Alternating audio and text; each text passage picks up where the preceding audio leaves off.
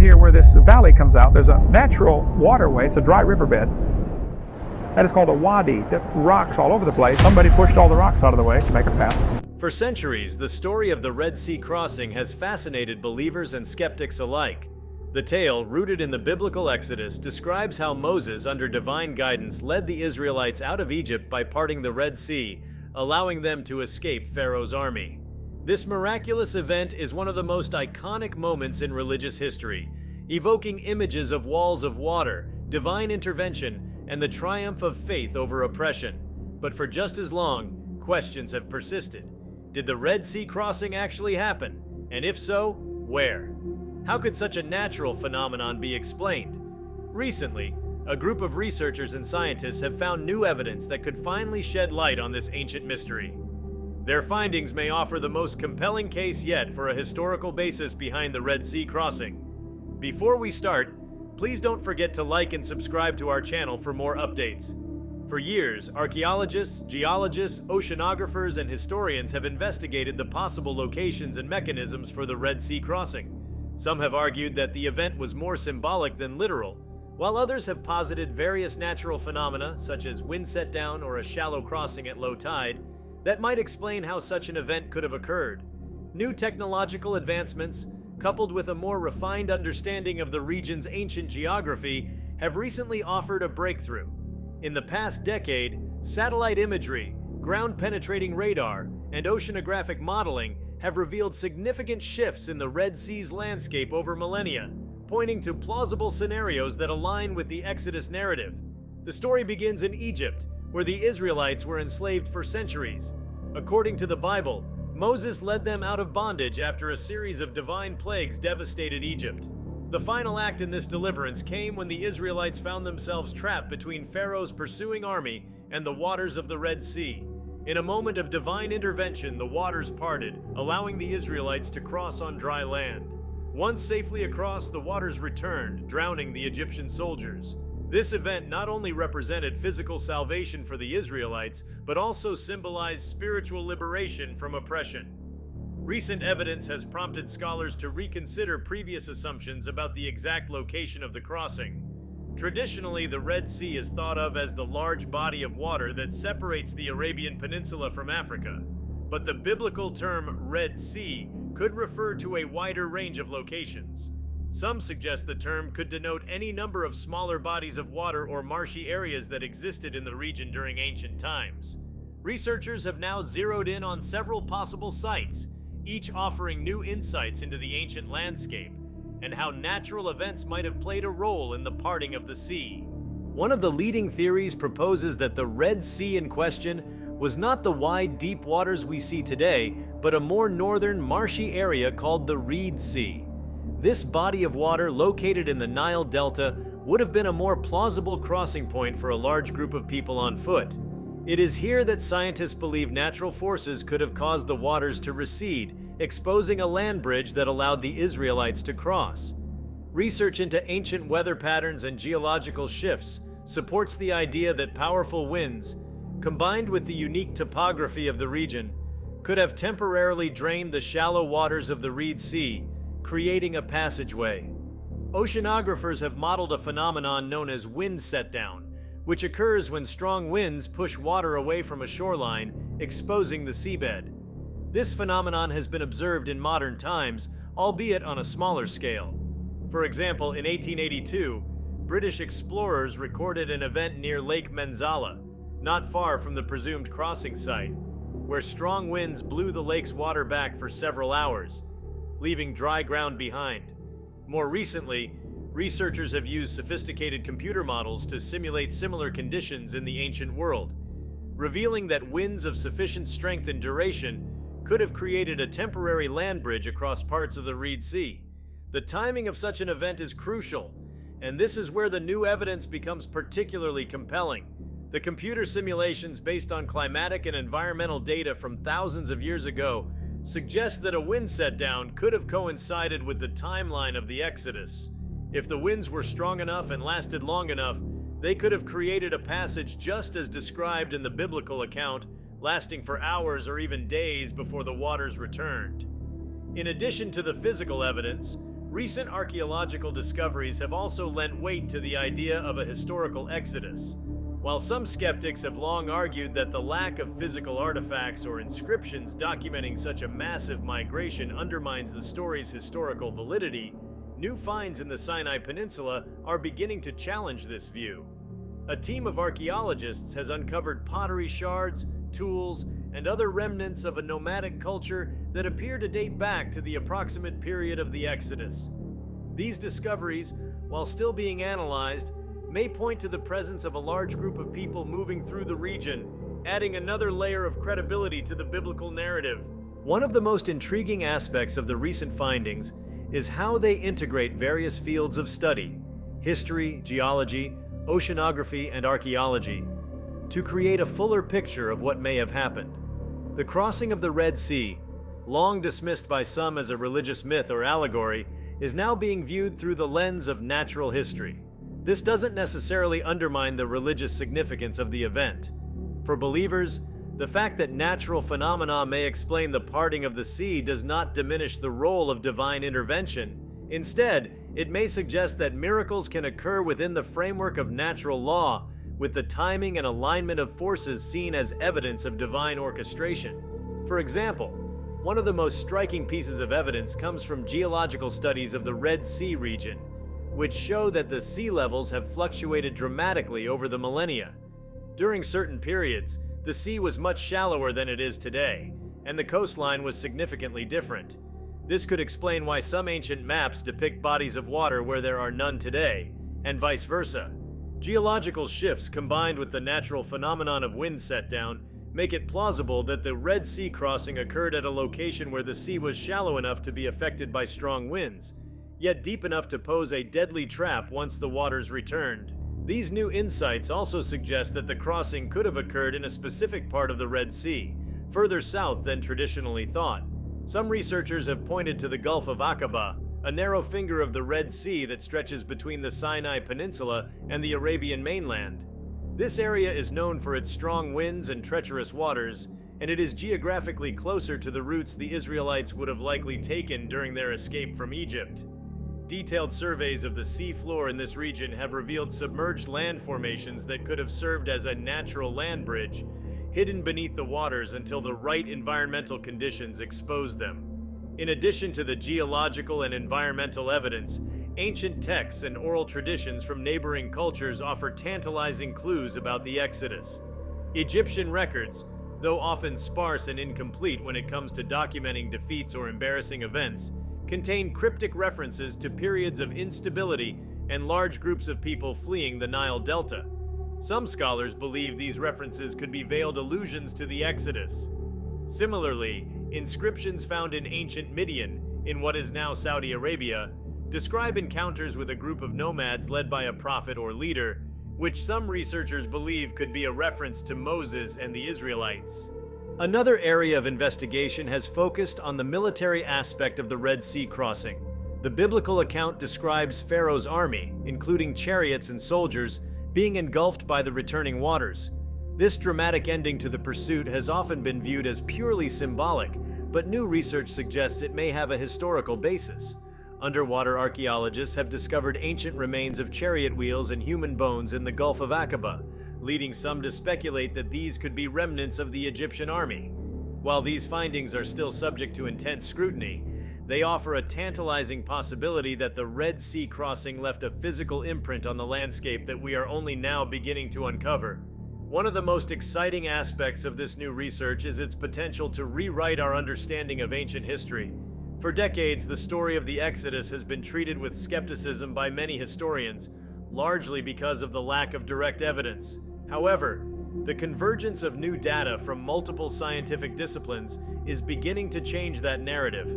By combining modern technology with ancient texts, researchers are piecing together a more complete picture of what might have happened during this pivotal moment in history. This renewed interest in the Red Sea crossing is also part of a broader trend in archaeology, where advances in technology are allowing scientists to revisit and reinterpret ancient mysteries. Tools like satellite imagery, drone surveys, and high-resolution ground-penetrating radar are revealing new information about ancient sites that were once thought to be fully understood. In the case of the Red Sea crossing, these tools are helping to bridge the gap between myth and reality, offering a scientific framework for an event that has long existed in the realm of faith.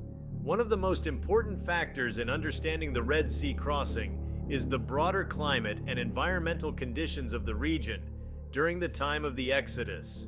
Recent studies of ancient climate patterns, known as paleoclimatology, suggest that the Near East was experiencing a period of environmental instability during the Late Bronze Age. This era saw fluctuations in temperature, rainfall, and sea levels, all of which would have had a profound impact on the people living in the region. Droughts and famines were common, and the Nile, the lifeblood of ancient Egypt, was subject to periodic flooding and drying cycles. These environmental challenges could have contributed to the political and social unrest that set the stage for the Exodus. In particular, fluctuations in sea levels may have played a critical role in creating the conditions for the Red Sea crossing. Geologists have discovered evidence that sea levels in the Red Sea and its surrounding areas have risen and fallen dramatically over the past several millennia. During certain periods, the sea was much shallower than it is today, and large areas of what are now submerged could have been exposed as dry land. These fluctuations were caused by a combination of factors, including tectonic activity, changes in global climate patterns, and the periodic melting and freezing of polar ice caps. Recent studies suggest that one of these periods of low sea levels may have coincided with the time of the Exodus. If so, this would have created a natural pathway across the Red Sea, making it easier for the Israelites to escape from Egypt. The idea of a shallow crossing aligns with some of the new evidence suggesting that the Red Sea crossing may have occurred further north, in the marshy areas of the Nile Delta or the Reed Sea, where the water was less deep. Combined with the effects of wind setdown, these environmental factors could have created the temporary land bridge described in the biblical account. But environmental factors alone cannot explain the full significance of the Red Sea crossing. The political and social conditions of the time were equally important. The Late Bronze Age was a period of great turmoil in the ancient Near East, with empires rising and falling, cities being destroyed, and large populations on the move. Egypt in particular was going through a period of instability during the later years of the New Kingdom, with internal strife, invasions from neighboring peoples, and economic decline. This may have weakened the central authority, making it more difficult for the Egyptians to maintain control over their foreign subjects, including the Israelites. The collapse of the New Kingdom may also help explain why there are so few Egyptian records of the Exodus. It is well known that ancient Egyptian rulers were often reluctant to record their defeats or failures, preferring instead to focus on their victories and accomplishments. This could account for the absence of detailed accounts of the Israelite departure in Egyptian sources. However, some scholars believe that cryptic references to periods of social unrest and foreign migrations in Egyptian texts from this era could be veiled references to the Exodus. The Egyptians may not have documented the event directly, but they may have left traces of its impact on their society in other ways. Another important aspect of the Red Sea crossing is its significance as a cultural and religious narrative.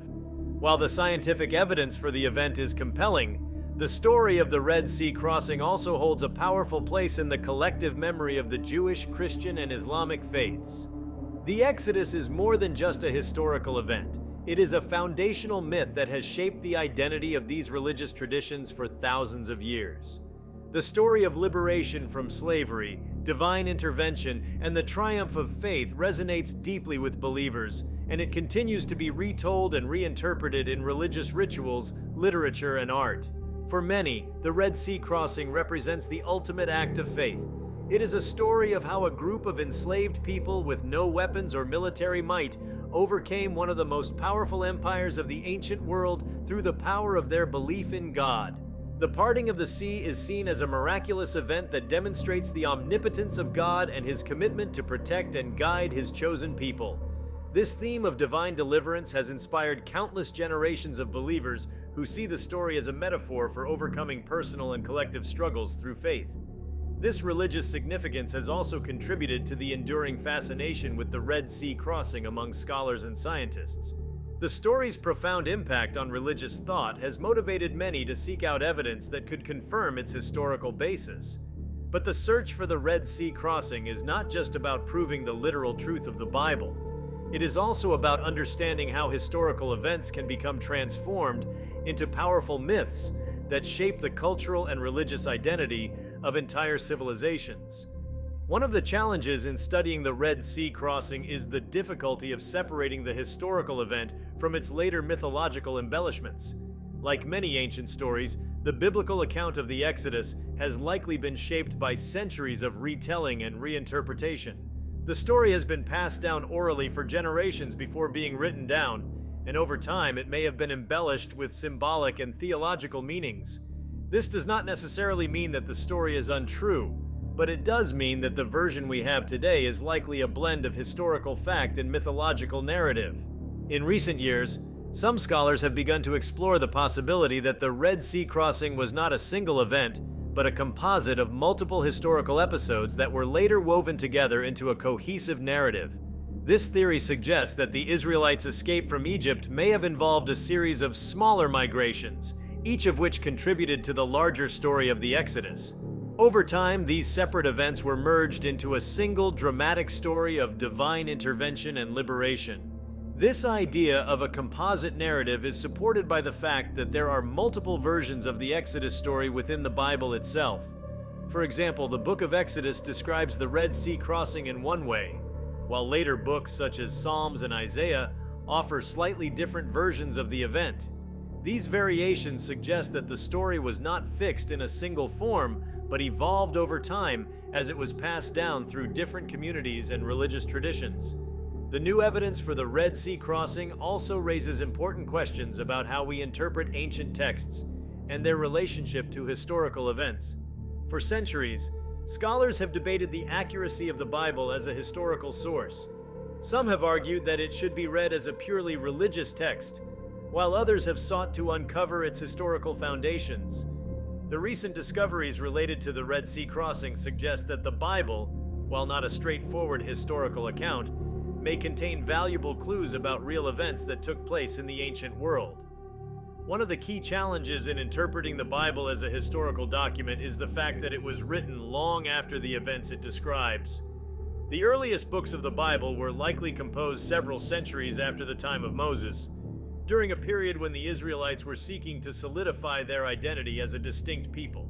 As a result, the authors of these texts may have been more concerned with conveying theological and moral lessons than with providing an accurate historical record.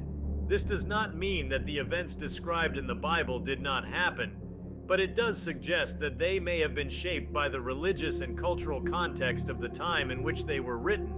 The question of whether the Red Sea crossing was a literal event or a symbolic narrative is ultimately one that may never be fully answered.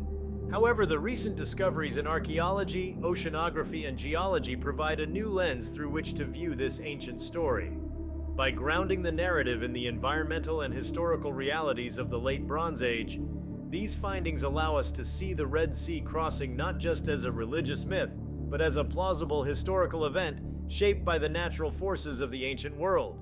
At the same time, the enduring power of the Red Sea crossing as a religious symbol should not be overlooked.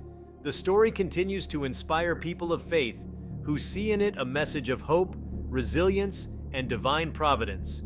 Whether or not the crossing happened exactly as described in the Bible, its impact on religious thought and human culture is undeniable. The Exodus narrative has shaped the identity of the Jewish people, influenced Christian theology, and become an important part of Islamic tradition.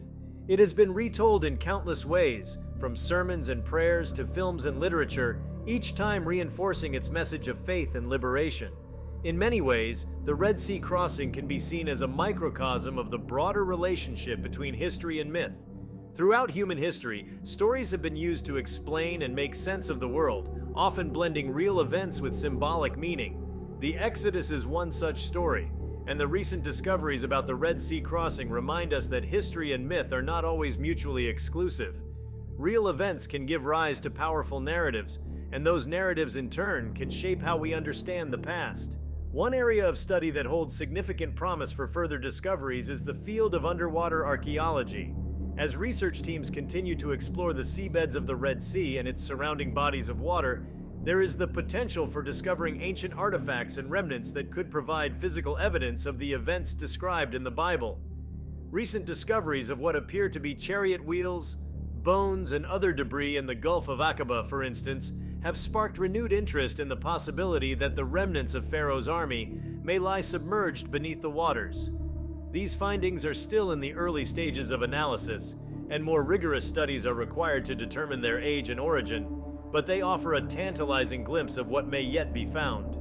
The discovery of these objects has also encouraged scientists to focus more on the Gulf of Aqaba as a potential site for the Red Sea crossing. This region has long been a place of intrigue for researchers due to its narrow straits, strong currents, and unique topography. It is also one of the few places in the area where the seafloor has natural ridges that could serve as potential land bridges during periods of low sea levels or wind set-down events. If further underwater explorations confirm the presence of ancient Egyptian military artifacts in the area, it could be a monumental breakthrough in confirming the historicity of the Red Sea crossing. Another promising avenue of research is the study of ancient trade routes and nomadic migrations. The Near East during the Late Bronze Age was a crossroads of empires, with well-established trade networks connecting Egypt, Canaan, Mesopotamia, and beyond. The Israelites, as a semi-nomadic people during the time of the Exodus, would have likely followed established paths that were already in use by traders and other groups migrating through the region. By mapping out these ancient trade routes, researchers may be able to trace the path taken by the Israelites as they fled Egypt. This kind of research could provide valuable insights into the logistics of such a large migration, including how the Israelites would have obtained food, water, and other necessities during their journey through the desert. The study of ancient inscriptions and writings from neighboring cultures is another area that could yield new information about the Red Sea crossing. While Egyptian records are notoriously silent on the subject of the Exodus, scholars have begun to explore the possibility that other cultures in the region may have left behind accounts of similar events. The ancient Midianites, for example, are mentioned in the Bible as having interacted with the Israelites during their journey, and some researchers believe that inscriptions found in what is now Saudi Arabia could provide clues about this interaction. These inscriptions, many of which have not yet been fully translated or analyzed, may contain references to large groups of people fleeing Egypt or to a prophet-like figure resembling Moses. The study of ancient languages and texts is another exciting frontier in this investigation. Understanding the meanings and nuances of ancient words can sometimes lead to significant reinterpretations of historical events. For example, the term Red Sea itself has long been a subject of debate. The original Hebrew term used in the Bible is Yam Suf, which translates more accurately as Sea of Reeds. This has led some scholars to suggest that the Israelites may have crossed a marshy area or lagoon rather than the deep waters of the modern-day Red Sea. As linguists continue to examine ancient texts, there is the potential for further discoveries that could reshape our understanding of the locations and events described in the Bible. In addition to linguistic studies, researchers are also using geological evidence to reconstruct the ancient landscape of the Red Sea region. Geomorphologists, who study the shape and formation of landforms, are working to understand how tectonic activity, volcanic eruptions, and sea level changes over millennia may have altered the geography of the region. The Red Sea is located along a tectonic plate boundary, which has caused significant geological changes over time. Earthquakes and volcanic activity could have played a role in shaping the coastline and creating the conditions necessary for the Red Sea crossing. For example, some researchers have hypothesized that seismic activity could have triggered a temporary rise or fall in sea levels, exposing land bridges that would otherwise be underwater. These studies are still in their early stages, but they offer another potential explanation for how the Israelites could have crossed the sea. In addition to studying the geology of the region, scientists are also examining the flora and fauna that would have existed during the time of the Exodus. Paleobotanists who study ancient plant life are analyzing pollen samples and plant remains from archaeological sites to determine what kinds of vegetation were present in the region during the Late Bronze Age. This research is important because the availability of certain plants would have influenced the Israelites' ability to survive in the desert. For example, the Bible describes the Israelites gathering manna, a type of food provided by God, during their journey. Some scholars believe that this manna could have been a naturally occurring substance, such as the resin produced by tamarisk trees, which were common in the region. Understanding the plant life of the time could help researchers piece together the environmental conditions faced by the Israelites during their journey. Similarly, the study of ancient animal populations can provide valuable insights into the challenges and opportunities faced by the Israelites during their migration. Zoologists and paleontologists are examining the remains of animals found at archaeological sites in the region to determine what kinds of wildlife would have been present during the time of the Exodus. The presence of certain animals, such as camels and goats, would have been crucial for the Israelites, providing them with transportation, food, and clothing. Understanding the animal life of the region can help researchers better understand the logistics of the Israelites' journey and how they were able to survive in the harsh desert environment. Another critical aspect of the Red Sea crossing is the role that weather patterns played in shaping the event. The study of ancient weather patterns, known as paleoclimatology, has provided important insights into the environmental conditions of the region during the time of the Exodus. Researchers have used data from ice cores, tree rings, and sediment samples to reconstruct the climate of the Near East during the Late Bronze Age. These studies suggest that the region was experiencing a period of climatic instability with fluctuations in temperature and rainfall that would have had a significant impact on the people living in the area. One of the most intriguing findings from these paleoclimatological studies is the evidence of sudden, short-term weather events that could have influenced the Red Sea crossing. For example, some researchers have suggested that a rare but powerful windstorm could have driven the waters back, creating a temporary land bridge for the Israelites to cross. This theory is supported by computer models that simulate the effects of strong, sustained winds on shallow bodies of water. These models show that under the right conditions, a windstorm could push the water away from the shore, exposing the seabed and allowing for a crossing. This phenomenon, known as wind set-down, has been observed in other parts of the world, including in modern-day Egypt. In addition to windstorms, researchers are also exploring the possibility that other natural disasters, such as tsunamis or earthquakes, could have played a role in the Red Sea crossing. Tsunamis, caused by underwater earthquakes or volcanic eruptions, can create temporary changes in sea levels, exposing land that is normally submerged. While there is currently no direct evidence of a tsunami occurring in the Red Sea region at the time of the Exodus, the possibility remains an intriguing area of study. Similarly, earthquakes along the tectonic plate boundary that runs through the Red Sea could have triggered shifts in the land and sea, creating the conditions for a crossing. As scientists continue to explore these natural explanations for the Red Sea crossing, it is important to remember that many people see the event as a religious miracle, rather than a purely natural phenomenon. For believers, the parting of the sea is an act of divine intervention, a demonstration of God's power and protection over the Israelites. From this perspective, the exact mechanisms by which the sea was parted are less important than the spiritual significance of the event. For religious communities, the Red Sea crossing is a story of faith, deliverance, and hope, and it continues to inspire millions of people around the world. Despite the advances in scientific research and the new evidence that has come to light, there are still many unanswered questions about the Red Sea crossing. The precise location of the crossing, the exact timing of the event, and the specific natural forces that may have caused the parting of the waters all remain topics of debate among scholars. However, the recent discoveries in fields such as archaeology, geology, and climatology have provided a new framework for understanding this ancient mystery. By combining the tools of modern science with the ancient texts and traditions that have preserved the story, researchers are closer than ever to uncovering the truth behind the Red Sea crossing.